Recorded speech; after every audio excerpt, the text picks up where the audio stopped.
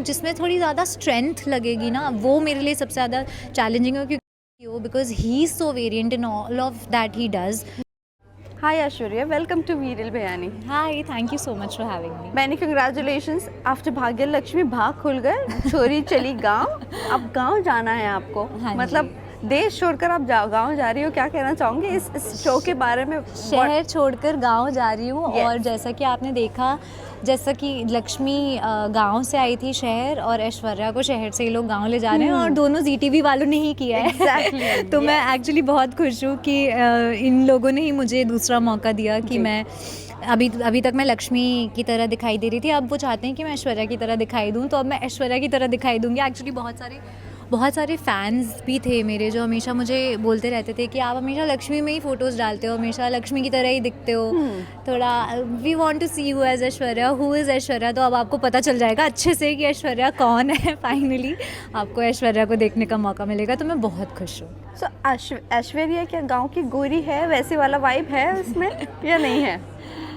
ऐश्वर्या गांव की गोरी है या नहीं ये नहीं पता, पर शहर की छोरी ज़रूर है, इतना अब मुझे समझ में आ चुका है। पहले मुझे लगता था कि मैं तो बहुत सिंपल, कहीं भी हो जाएगा, एडजस्ट हो जाएगा, बट ये शो जब मैंने इंटरव्यूज़ दिए, जब मैंने इन लोगों से बातें की, और जब मुझे पता चला कि गाँव में क्या क्या करने वाले हैं हम लोग, तब मुझे रियलाइज़ हुआ कि एक्चुअली हमें ऐसा लगता है कि हम बहुत सिंपल लोग हैं, बट बेसिक नेसेसिटीज़ भी जहाँ नहीं होंगी वहाँ हमें दिक्कतें होंगी।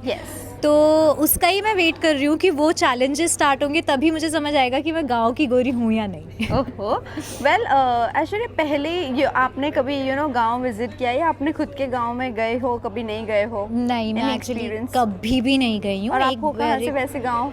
मैं हूँ भोपाल से। ओके, तो वो तो सिटी है। हाँ, वही तो, भोपाल शहर है, और मैं वहीं पर ही पली बड़ी हूँ, तो मैं कभी ऐसे गाँव नहीं गई। एक बार घूमने के लिए बचपन में गई थी, बट उसका भी अब मुझे बहुत ज़्यादा मेमोरी नहीं है, क्योंकि मैं बहुत छोटी थी। बस इतना पता था कि ठंड थी, लाइट नहीं थी, और पानी ठंडा आता था, गर्म पानी नहीं आता था। तो ये जो छोटी छोटी चीज़ें, ये अभी हमें वहाँ जाके समझ आएगा क्या होता है। एग्जैक्टली। वेल, ये शो ये मराठी से इंस्पायर्ड किया हुआ है। आपने वो वाला शो देखा, मराठी वाला शो, क्या उससे कुछ सीख ली?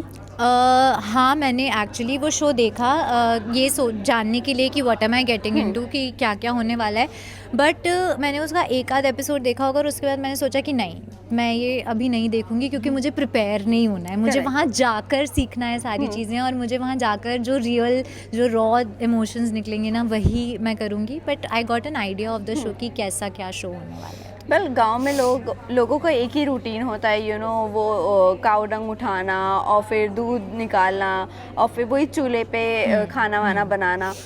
इसमें से कौन सी एक चीज़ होगी आपके लिए जो सबसे ज़्यादा चैलेंजिंग होगी? एक्चुअली यार, वो तो करके ही पता चलेगा हमें कि कौन सी चीज़ मेरे लिए ज़्यादा चैलेंजिंग होगी। मुझे तो ऐसा लगता है कि एक बार अगर मैं अपना दिमाग, अपने आप को मेंटली प्रिपेयर कर लूँगी, तो फिर मेरे लिए चैलेंजिंग कुछ ज़्यादा नहीं होगा। मुझे लगता है जिसमें थोड़ी ज़्यादा स्ट्रेंथ लगेगी ना, वो मेरे लिए सबसे ज़्यादा चैलेंजिंग होगी, क्योंकि मैं जिम विम नहीं करती ना। तो फिज़िकल एक्टिविटी कुछ है नहीं। तो इसलिए मुझे लगता है कि वो मेरे लिए सबसे ज़्यादा चैलेंजिंग होगा। जैसे कि कुछ हल जोतना वोतना में शायद मुझे प्रॉब्लम हो सकती है।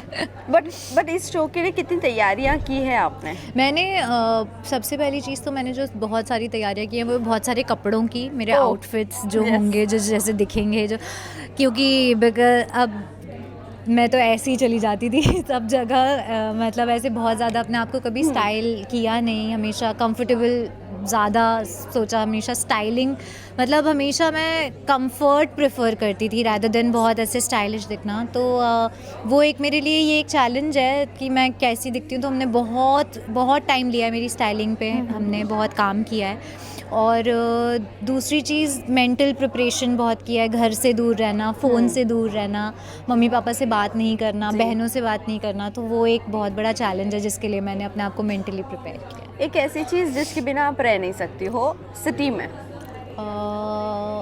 Phone he, I think phone के अलावा तो मैं नहीं रह सकती, कहीं भी नहीं, मैं तो जा भी नहीं सकती कहीं, क्योंकि गूगल मैप्स भी फ़ोन में होते हैं। तो हम कहीं जा भी नहीं सकते, कहीं फंस गए, किसी को कॉल करना था। आई थिंक फ़ोन तो एक नेसेसिटी होती है, जो कि अब हमारे पास नहीं रहेगी वहाँ पे।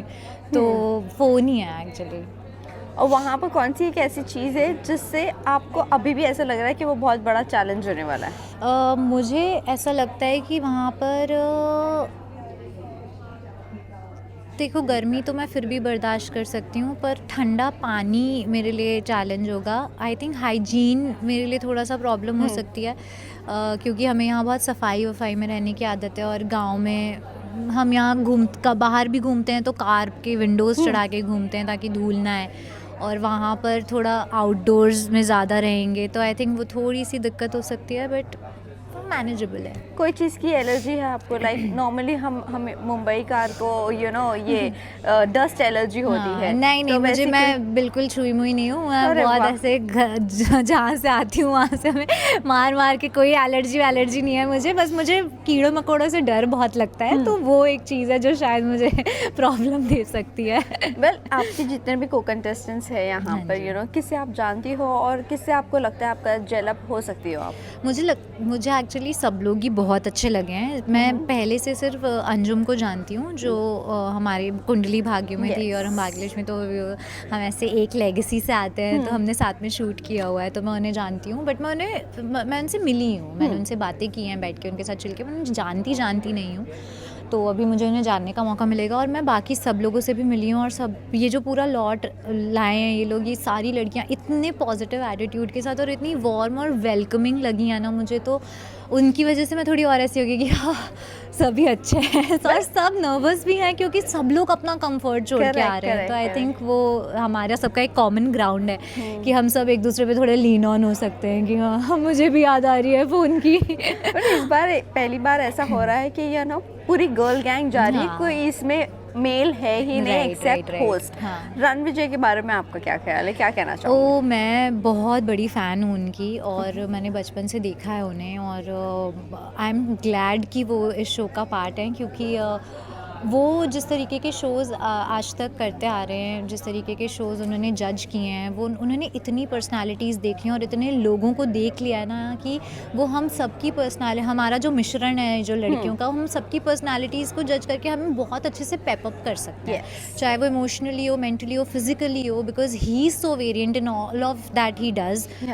हमने देखा है कि वो लोगों को पेपअप भी कैसे करते हैं, हमने देखा है कि वो लोगों को कितना पेप टॉक देते हैं, कितना बूस्ट करते हैं, उनका कॉन्फिडेंस बूस्ट करते हैं। I think he is one of the best persons जो ये शो होस्ट कर सकता था, तो बहुत ही बढ़िया है कि I am very very glad and very happy कि he is a part of this show.